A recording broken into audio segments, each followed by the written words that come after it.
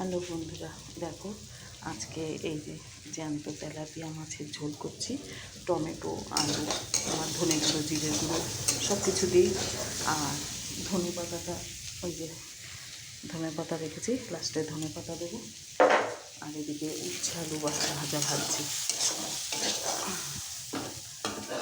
মাছের ঝোলে একটু কটা সিম দিয়েছি, কিন্তু কি জানো তো, এই যে সিমগুলো না বটি সিম। আমার বটি সিম একদম ভালো লাগে না খেতে।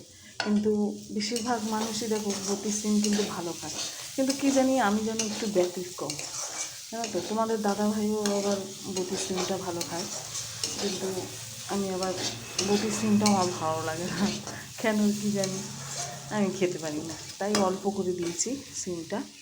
আর এই যে জ্যান্ত পুকুরে, আমাদের পুকুরে তেলাপিয়া জ্যান্ত মাছ, পুকুরে মাছের ঝোল করছি। এই হচ্ছে আজকে দুপুরের মেনু। আজকে এই পর্যন্তই।